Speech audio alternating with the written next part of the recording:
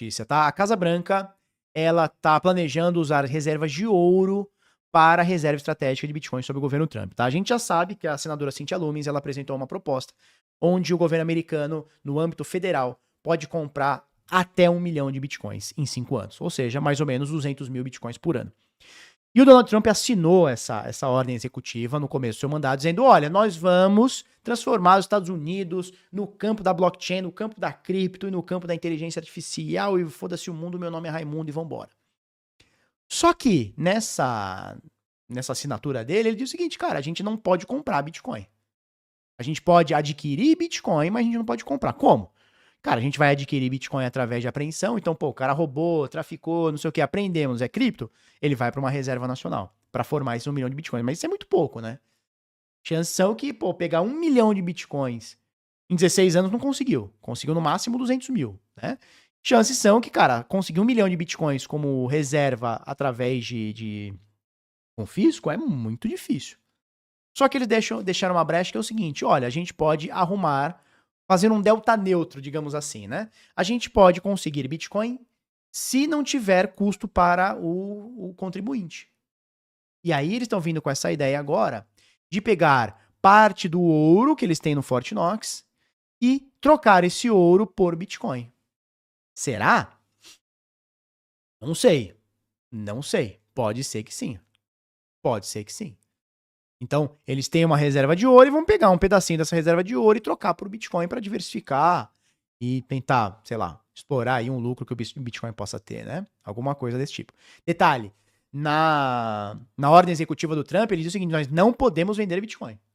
Não podemos vender, ou seja, se eles trocarem ouro por Bitcoin, eles não vão vender esse Bitcoin. Então, eles vão fazer um hold aí, né? Vamos ver. E aí, cara, o Federal Reserve, que é o Banco Central americano, né, ele tá dizendo que tá pronto para agir caso falte liquidez nos mercados financeiros. Quando a gente diz que o Banco Central está pronto para agir caso falte liquidez nos mercados financeiros, ele basicamente está dizendo o seguinte pra gente. Se precisar de dinheiro, nós vamos imprimir em níveis catastróficos. Ó, o presidente do Federal Reserve, Susan Collins, disse que o Banco Central estaria absolutamente preparado para apoiar o mercado se necessário. O que é preparar o mercado? Imprimir dinheiro, pai. É pegar a impressora e imprimir pra caralho. E aí, turma, aí eu quero chegar num estudo que eu trouxe aqui, que eu quero trazer para vocês, que eu li, fiquei durante o sábado, eu primeiro li e depois eu digeri esse estudo. Cara, esse aqui é uma das coisas mais importantes que eu li sobre o Bitcoin, tá? E eu quero mostrar aqui pra vocês. É uma das coisas mais importantes que eu li. Ela não é nada diferente do que a gente já não saiba, mas quando você transforma isso com dados, quando você busca isso num artigo científico, ou num paper, né? Não num artigo científico, mas quando você transforma isso aqui num paper e divulga isso aqui pros pares revisarem e tudo mais, cara, me deu uma alegria no sábado, tá? Me senti alegre com esse estudo. Basicamente, cara, ele diz o seguinte, até a Covid-19, então estamos falando de 2020, quem mandava estamos falando de preço, tá bom? Então a partir de agora nós vamos falar de preço, cotação de valor do Bitcoin, tá? Então até 2019, o estudo diz o seguinte, até 2019, os fundamentos do Bitcoin, eles prevalecem em questão do preço. Então a escassez, a inviolabilidade, a informação transparente, a descentralização, o código-fonte aberto, os blocos acontecerem a cada 10 minutos com 99% de uptime, desde 2013, 100% de uptime. Que mais? Ninguém ser um dono da rede, não ter uma instituição financeira por trás, não ter um banco central, um banqueiro por trás, isso ditava as regras, tá? A partir de 2020, o que começou a mandar no mercado, no Bitcoin, é o que ele chama de liquidez monetária, que ele chama de ML, tá? Ele chama aqui de liquidez monetária, Monetary Liquidity, AML. O que é a liquidez monetária? Cara, é basicamente impressão de dólar, tá? Tá muito claro aqui nesse artigo, tá? Tá muito claro aqui nesse artigo. Então ele fala sobre a Covid-19 em diante, o preço do Bitcoin ele tá muito ligado a liquidez monetária do dólar, ou seja, da quantidade de dólares impressos. Aí você vai falar assim, nossa, Felipe, mas que merda. Que merda. Então, peraí. Quanto mais se imprimiu dinheiro, mais o Bitcoin subiu. Logo, quem tá mandando no mercado é o Fed, é o mercado americano. Cara, isso é a primeira... E ele embasa isso aqui com gráficos, tá? Com dados. Ele fala sobre a liquidez monetária, o M0, o balance sheet, o M2 do Fed, a liquidez monetária, tá? E aí ele traz aqui o preço do Bitcoin em todos esses momentos, tá bom? E aí, cara, ó, ele fala sobre a liquidez monetária a partir de 2020 em relação ao Bitcoin, tá?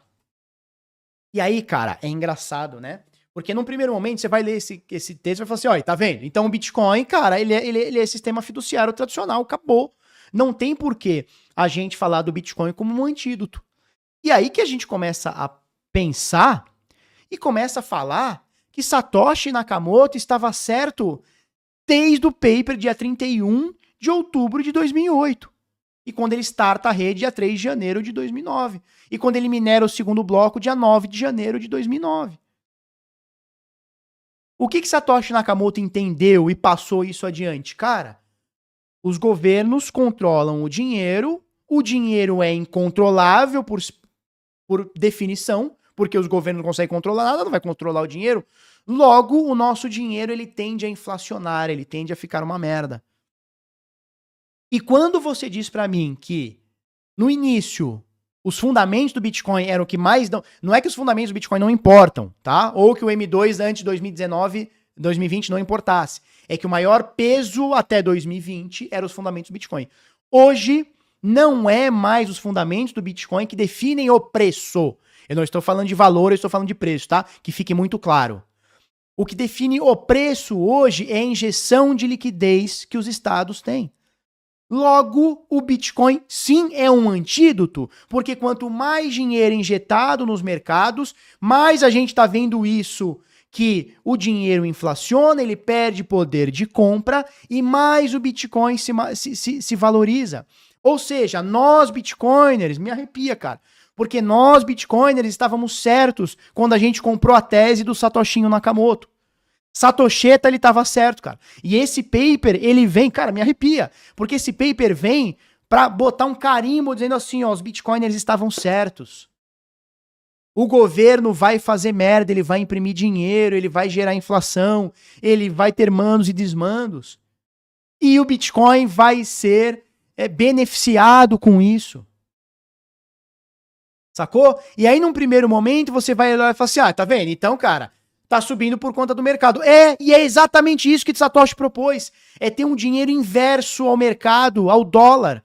Ele não propôs um dólar digital, ele não propôs um dólar estável, não, ele propôs um dinheiro onde o Estado não pudesse pôr a mão.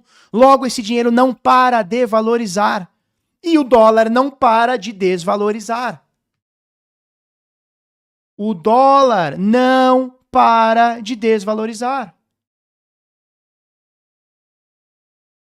O real não para de desvalorizar. A gente consegue ver a inflação no mundo que não para de subir. Quanto mais azulzinha, maior o índice de inflação, né? Maior o índice de inflação. Argentina com 55% de inflação. Estados Unidos com 2% de inflação. Alguns países aqui com mais de 20%, Brasil com 5%. Estamos falando de inflação oficial, tá, turma? Oficial é aquela que o próprio governo indica. Correto? Ó, aqui o Brasil, cara, com 5% de inflação, essa é oficial. A gente sabe que a inflação real é mais de 20%. Os Estados Unidos é a mesma coisa. Eles falam aqui que a inflação real é 2%, mas as coisas triplicaram da pandemia pra cá, duplicaram da pandemia pra cá. Então, o Bitcoin é um antídoto. Cara, pega aqui o IBGE, cara. Pega aqui o índice de preço do consumidor amplo, ao consumidor amplo, tá? Cara, pega aqui, cara, da pandemia pra cá, dia 1º de janeiro de 2019 até a data final de agora. Vamos pegar aqui, mês 4, vai mês 3, né, que é o que fechou. Olha só, a perda de dinheiro, a perda de valor do real é de 42%. Cara, de 2019 da pandemia pra cá, velho, é 42%. Se você pegar, vamos ver se a gente consegue pegar de 94 pra cá, qual que é a inflação real? Olha só, cara, o nosso dinheiro virou nada, velho. O nosso dinheiro virou nada. O dólar virou nada, o peso argentino virou nada, o dólar canadense virou nada. O ien, o yuan, o rublo não virou nada, cara. Então, Satoshi Nakamoto, ele estava correto em tentar tirar o dinheiro do Estado. E o paper dele é muito claro, né? O white paper do Bitcoin, que foi mandado, startado para todo mundo, dia 31 de outubro de 2008, diz muito, o título, né, diz muito sobre, é um dinheiro eletrônico de ponto a ponto. Ou seja, sem um terceiro. Então, cara, o que Satoshi Nakamoto trouxe pra gente, e a gente tá entendendo isso agora, cara, esse paper aqui, que é de um carinha chamado Shinja Zhao e Jia Miao, da Universidade de Kingston, em Londres, tá? No Reino Unido. Esses caras só trouxeram, eu fiquei feliz quando eu li esse artigo, porque eles só trouxeram o que a gente já sabia, turma. O que a gente já acreditava lá atrás, só que agora tá aqui, ó, tá revisado. O Bitcoin é o antídoto para a grande inflação que nós temos, para a grande impressão de dinheiro, para a perda de valor monetário que nós temos. Sabe quando você vai no supermercado e o fubá tá mais caro, o feijão tá mais caro, o arroz tá mais caro, o café tá mais caro, a carne tá mais cara, o azeite tá mais caro, o feijão tá tudo mais caro, a batata tá mais... Sabe quando tá tudo mais caro? Pois é, o Bitcoin resolve isso. E ele ter valorizado pelos fundamentos mostra como os bitcoiners do início, eu talvez me inclua nisso, não do início, early, né? Mas um segundo momento aí, os bitcoiners do início elevaram o Bitcoin e mostraram para o mundo. Quando eles mostram para o mundo, ele começa a ficar correlacionado com os mercados financeiros tradicionais. Então o Bitcoin fica muito claro. Esse paper deixa muito claro que nós já sabíamos que Satoshi Nakamoto estava certo. E eu vou te falar, se você não tiver Bitcoin, daqui a 4 anos, 5 anos, a perda monetária que você vai ter no real é menos 40% de 42% que você já tomou. E daqui 10 anos é mais 80%, porque o teu dinheiro não vai valer nada. Poupar em real, poupar em dólar é perder para a inflação. Poupar em Bitcoin é ter um antídoto contra isso. E, porra, o paper tá dizendo isso pra mim, não sou eu, não é um idiota barbado que tá aqui no canal Bitnada há 7 anos falando. É os caras que estudaram, a Universidade de Londres, a Universidade de Kingston, em Londres, identificou isso aqui. Que o que está fazendo o preço hoje é a impressão de dinheiro nos Estados Unidos. Quanto mais eles imprimirem dinheiro, mais o Bitcoin vai subir. Então, cara, é óbvio que eu vou torcer para os Estados Unidos fazer cada vez mais merda, o mundo inteiro fazer cada vez mais merda, e imprimir mais dinheiro, porque a minha lição de casa foi feita e o paper dos caras está falando exatamente o que nós estamos fazendo há 12 anos. E o Satoshi Nakamoto faz há 16 anos, ele trouxe isso para o mundo, ele despertou o mundo há 16 anos. E aí você está preocupado com o valor do Bitcoin subindo ou caindo, foi para 109, agora tá 85 e caiu para 70 e vai subir. Cara, eu tô preocupado com isso. Os caras acabaram de dizer que eles estão com a impressora ligada. Eles estão prontos para imprimir dinheiro, bicho. Eles estão prontos para imprimir dinheiro caso necessário. Caso necessário é igual, se os mercados continuarem caindo. Para segurar essa queda, a gente põe dinheiro e o Bitcoin se valoriza com isso, cara. Olha só, vamos botar aqui, ó. Deixa eu botar o Fred aqui, o M2. Isso aqui é impressão de dólares na história. Olha só, em 1960, a quantidade de dólares impressos, olha hoje. Nós temos 21 trilhões e meio de dólares, 21,6 trilhões de dólares impressos. Caiu pós-pandemia, subiu pra cacete na pandemia, 2022 caiu e voltou a subir. Os caras estão imprimindo dinheiro sem parar. E o paper dos caras aqui, do Zhao aqui, tá dizendo que quanto mais dinheiro tem, mais sobe o Bitica. Porra! E os caras estão dizendo, nós vamos imprimir mais, nós vamos, cadê? Aqui. Nós vamos imprimir mais, né? Pronto para agir caso falte liquidez é um código, é uma palavra bonita que eles falam para vamos imprimir um dinheiro pra um caralho. Nós vamos ligar a impressora, nós vamos botar papel e tinta aqui sem parar. Vamos botar 3 turnos de impressora ligada aqui sem parar. Isso é uma loucura, cara. Eles estão dizendo, eu vou imprimir dinheiro. E eu tô dizendo para você o que o Satoshi alertou 16 anos atrás. Nós precisamos de um dinheiro sem Estado. Porque o dinheiro com o Estado é isso aqui que acontece. É o preço do Bitcoin subindo muito. Por quê? Porque a liquidez monetária está aumentando muito. E quando a gente diz liquidez monetária, a gente está falando de dólar, né? Tá? Se você quiser mais insights sobre esse paper e você quiser, inclusive... Cara, meu Telegram tá bem ruim, cara. Se você quiser mais sobre isso aqui... Deixa eu abrir aqui um Telegram novamente aqui.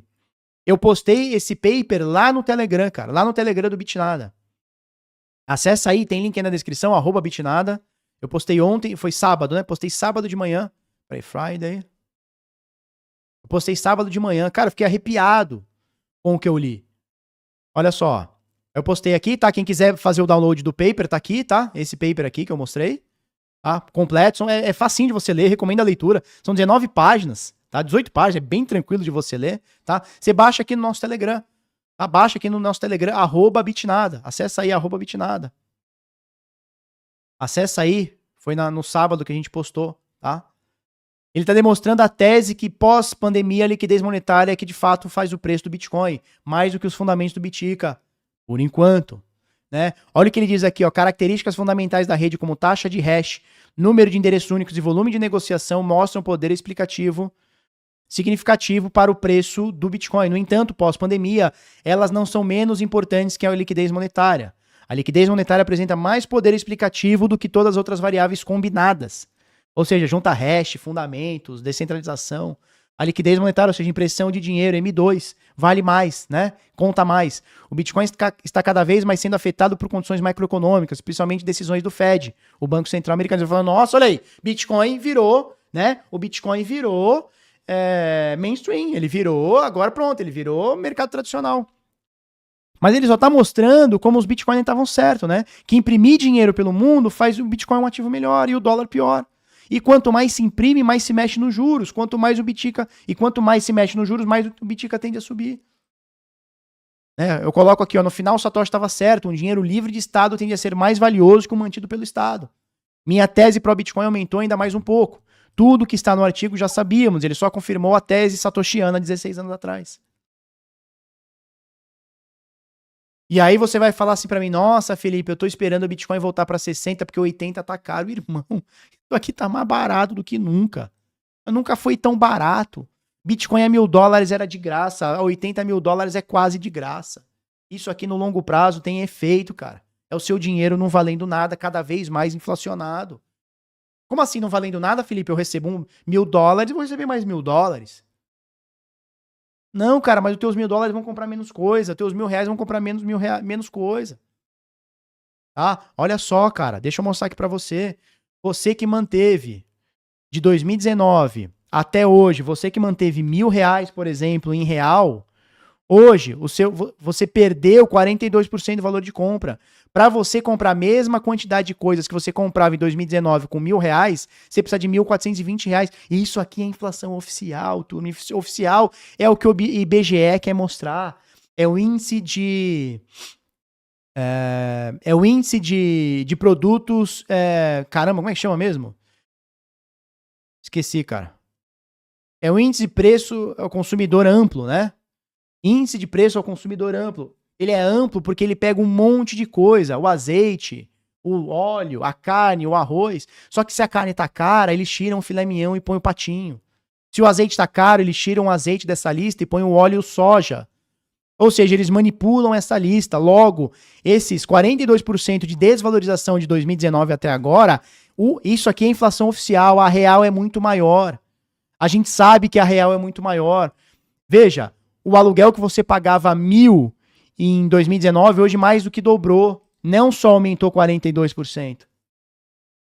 Eles vão tirando as coisas para fazer esse índice de preço ao consumidor amplo. É um índice de preço amplo. Então eles pegam vários itens e compõem uma cesta. Se esse item aqui, eles tiram esse item. A dona de casa não precisa mesmo de café, tira o café. Você tá entendendo? Tá? Então, cara, para com essa ideia. Pelo menos eu tô aqui pra te alertar há 7 anos, né? Para com essa ideia de que o Bitcoin tá caro. Ele tá muito barato. Show de bola? É isso. Antes da gente encerrar, deixa eu te dar uma dica valiosíssima. A CoinEx é uma corretora que não te obriga a passar a documentação, ela não te obriga ao KYC. Você consegue negociar na CoinEx mais de 1.385 criptomoedas, seja Bitcoin, Ethereum, Solana e outras altcoins, memecoins, shitcoins. Você negocia isso no mercado à vista ou até mesmo no mercado de futuros, onde você pode alavancar em até 100x, claro, se você souber o que está fazendo. De qualquer forma, a CoinEx não te obriga a passar a documentação e você não será reportado para a Receita Federal Brasileira ou qualquer órgão aqui do Brasil. Para isso, você pode abrir sua conta, link tá na descrição, ou aponta aí o QR Code ali, tá? Aqui pra tela. Você pode abrir sua conta apenas com e-mail, senha e 2FA e negociar mais de 1.385 pares aqui sem ser reportado sem KYC.